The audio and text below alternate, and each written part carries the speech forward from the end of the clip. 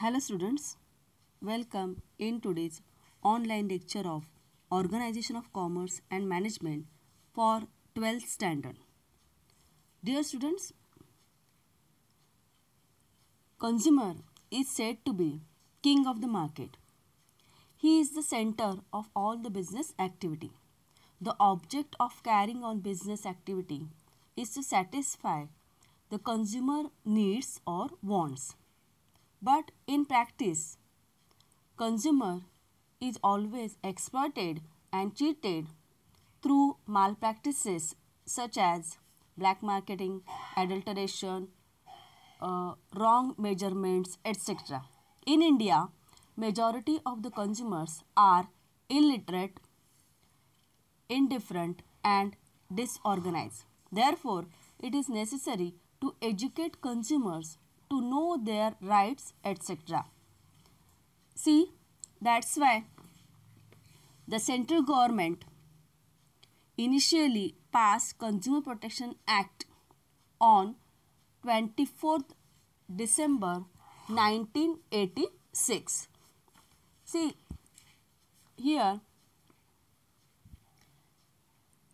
after just now this act was modified and we can say that this act made a provision for the establishment of Consumer Dispute Redressal Agency, which is known as District Commission at the district level, State Commission at the state level and National Commission as an apex body at the central level.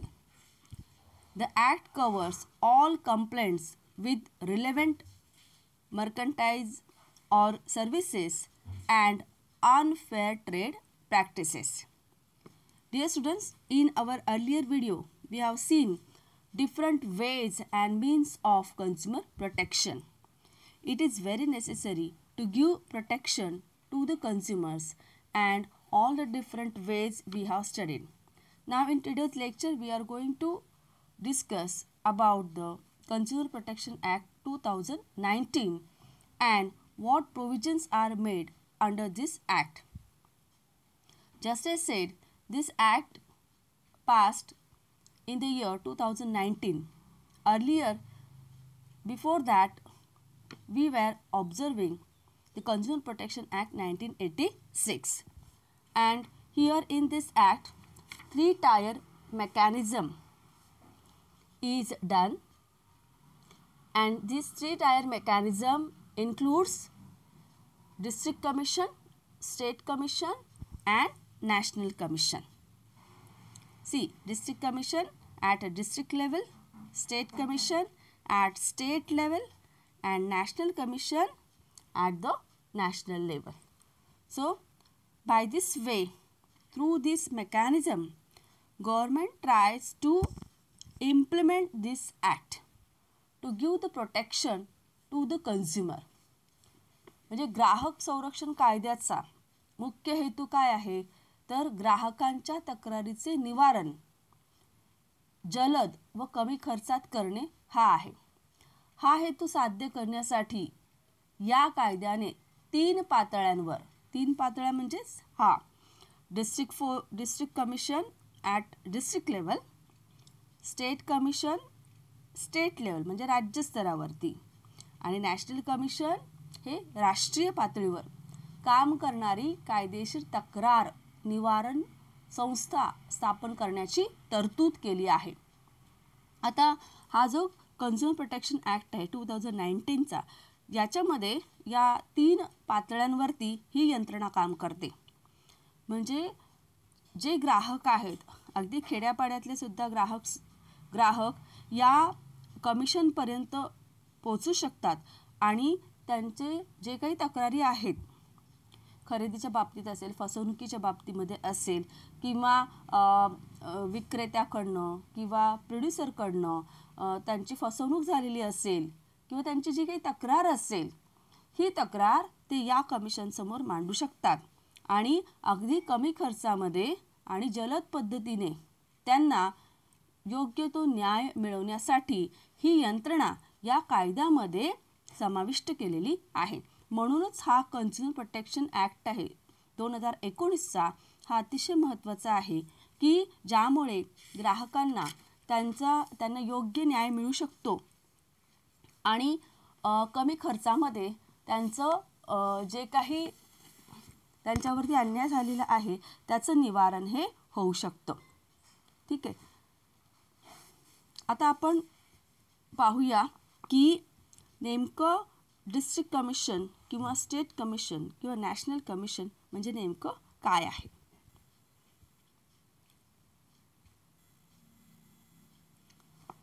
See, the central government initially passed Consumer Protection Act in 1986. म्हणजे सुरुवातीचा जो ग्राहक संरक्षण कायदा होता तो 1986 साली संमत झाला होता. म्हणजे अगदी आतापर्यंत आपण त्या कायद्याप्रमाणे ग्राहक संरक्षणाच्या बाबतीमध्ये सर्व निर्णय घेत होतो. ओके.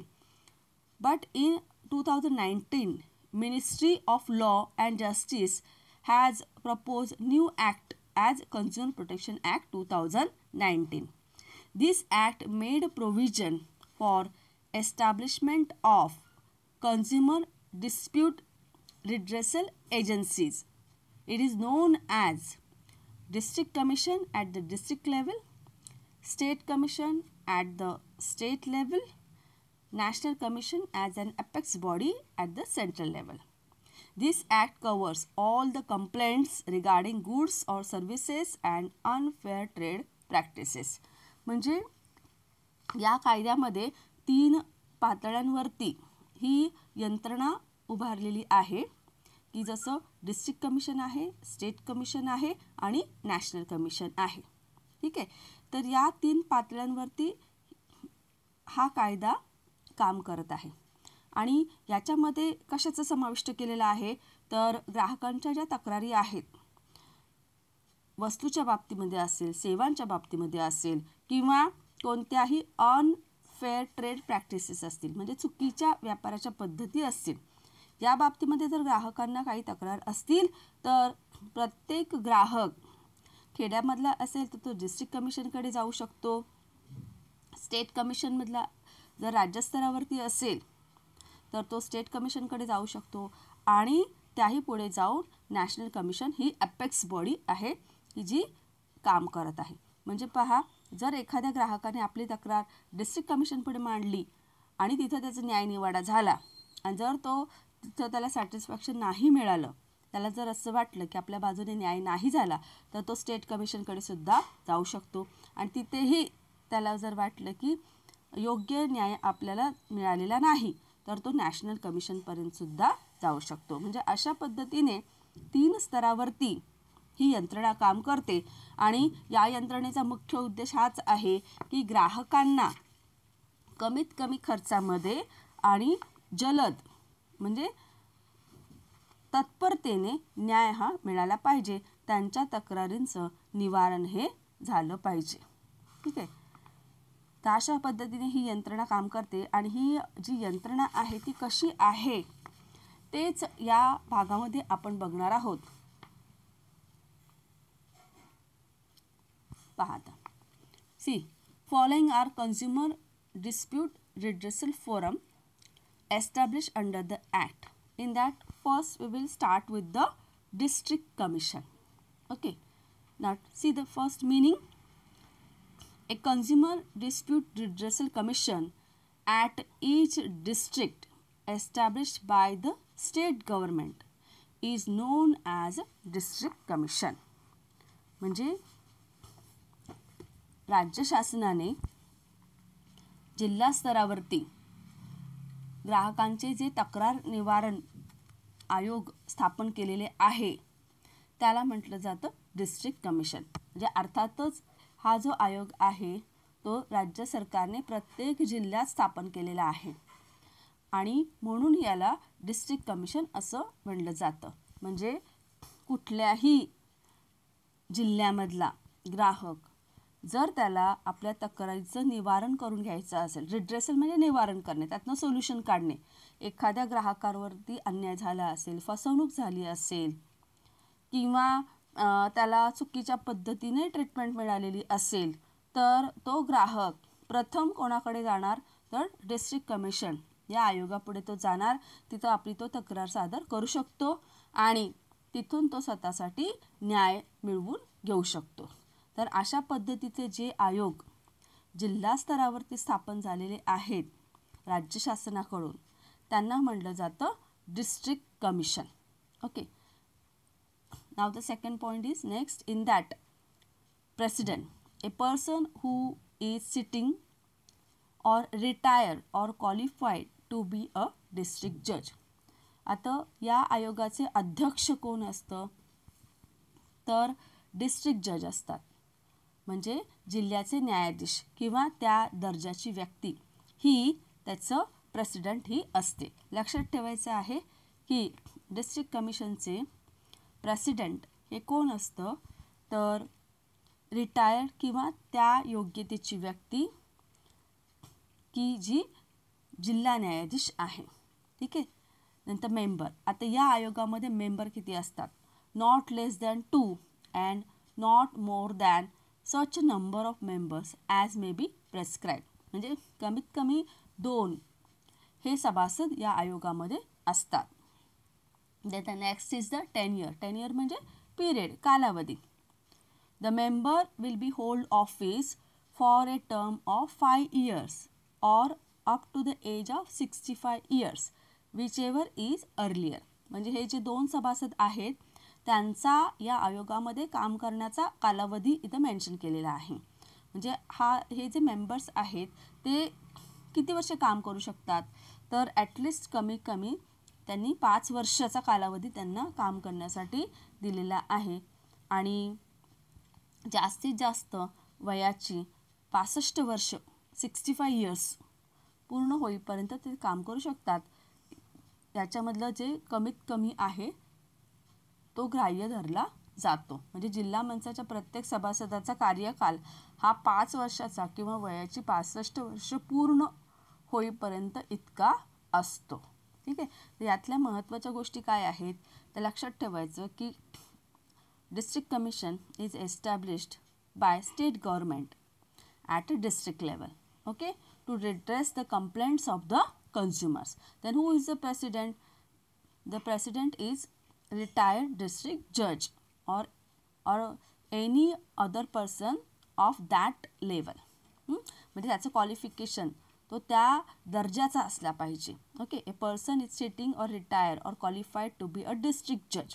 म्हणजे जिल्हा न्यायाधीश हे त्याचे प्रेसिडेंट असतात. ओके. आता मेंबर्स किती असतात या कमिशनमध्ये कमीत कमी 2 सभासद हे मेंबर्स असतात. म्हणजे प्रेसिडेंटला सोडून प्रेसिडेंट आहे आणि प्लस हे 2 मेंबर आहेत. ओके. आता या 2 मेंबर्सचा काम करण्याचा कालावधी किती असतो टेन्युअर पिरियड किती आहे त्यांचं वर्किंग पिरियड किती आहे तर 5 वर्ष.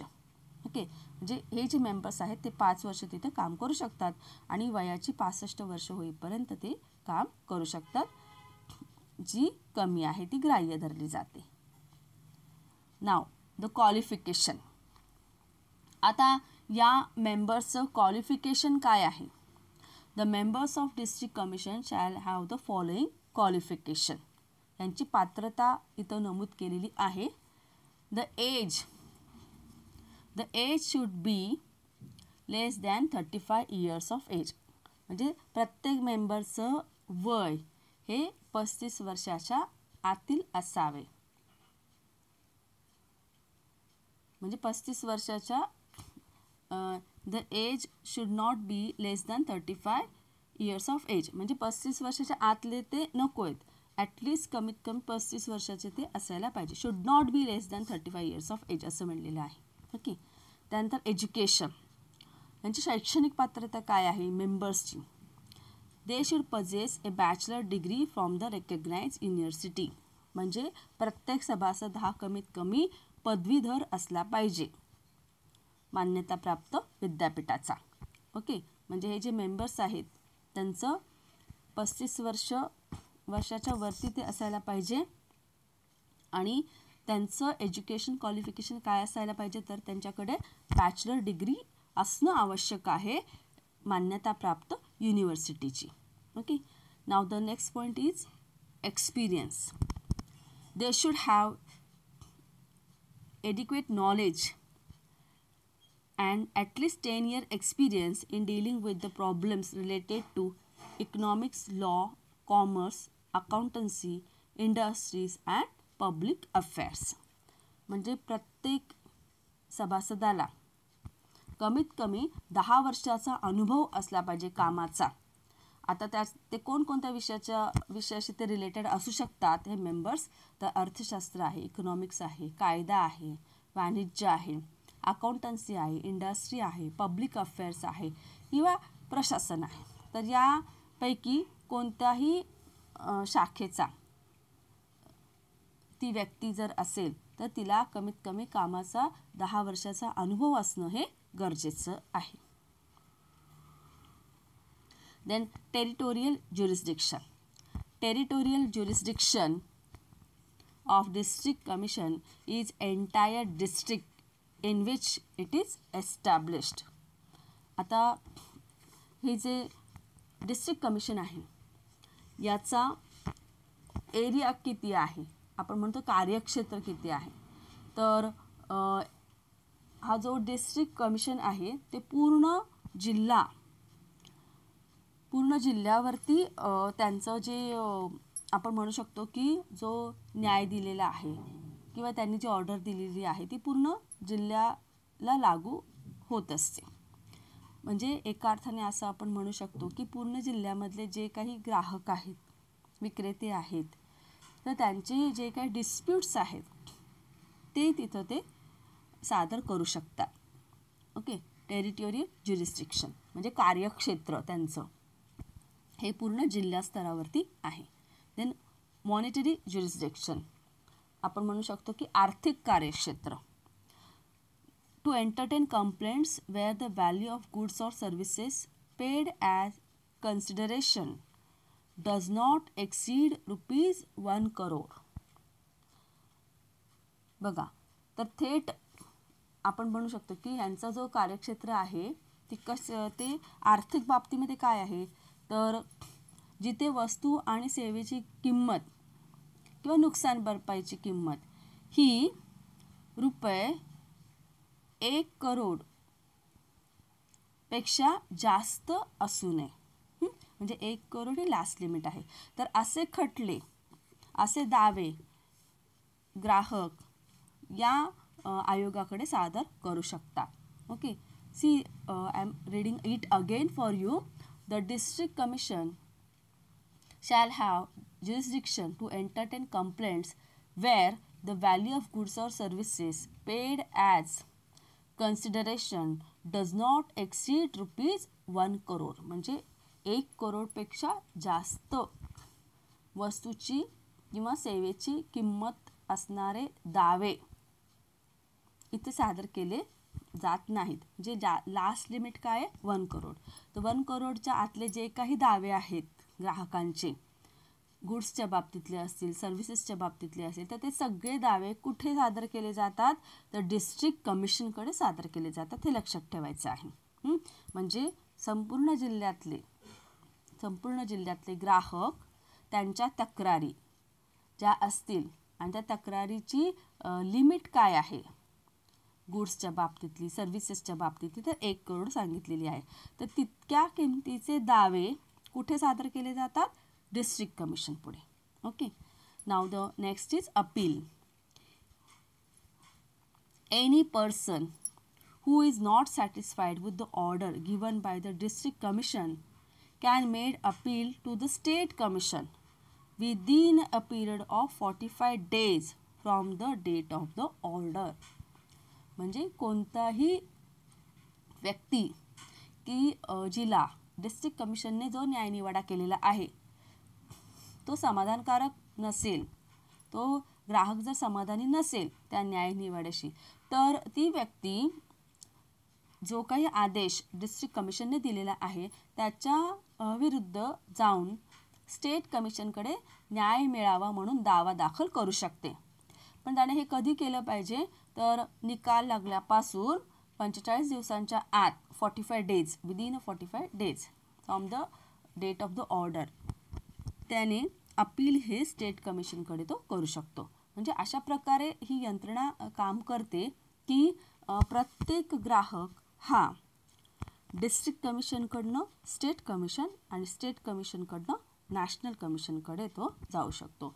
Means consumer mostly it is tried to give justice to the consumer in district commission only, so that all the consumers will get the judgment within their area only. And if any person is not satisfied with the any order given by district commission, then he can make appeal to the state commission within 45 days, and after that again he can move towards the national commission also. So such type of mechanism is working under the Consumer Protection Act 2019. It is a 3-tier mechanism, so the consumers can move from one commission to another if he is not satisfied. So every care is taken to give protection to the consumer under the Consumer Protection Act 2019.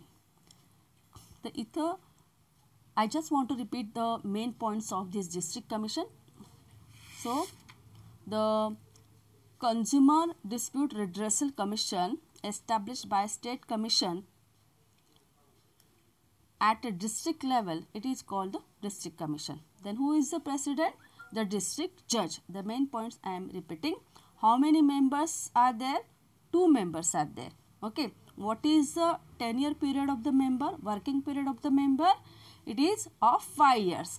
And what is the age limit? 65 years. Okay. Then qualification. What qualification required for that member? So age should not be less than 35 years. म्हणजे 35 वर्षाच्या आतला तो नसावा. Okay. Then educational qualification. He should have the bachelor degree of the recognized university, and he should have the experience of 10 years with any subject like economics, law, commerce, accountancy, industries and public affairs. Then territorial jurisdiction. The jurisdiction of the district commission is that entire district. म्हणजे पूर्ण त्या जिल्ह्यामध्ये ते न्याय त्यांचा देऊ शकतात आणि तो त्या जिल्ह्याला पूर्ण लागू आहे. ओके. म्हणजे सगळे त्या जिल्ह्यातले जे काही दावे आहेत ते सगळे त्या डिस्ट्रिक्ट कमिशन पुढे सादर होऊ शकतात. Then monetary jurisdiction.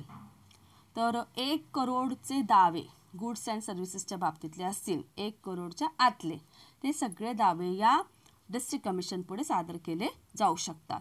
आणि अपील कधी केलं जाऊ शकतं? If any person is not as satisfied with the order given by the district commission, then he can make appeal to the state commission within a period of 45 days from the date of the order. म्हणजे 45 दिवसाच्या आत न्यायनिवाडा झाल्यापासून तो state कमिशनकडे दावा करू शकतात. तर अशा प्रकारे ही पूर्ण मेकॅनिझम डिस्ट्रिक्ट कमिशनचं काम करतं. And government is trying best to give protection to the consumers through this Consumer Protection Act 2019, and this 3-tier mechanism is constructed under the Consumer Protection Act 2019. And today we have seen the first one, that is District Commission. In our next lecture we will discuss the next commission, that is State Commission. Till then, take care, be happy and goodbye students. Thank you.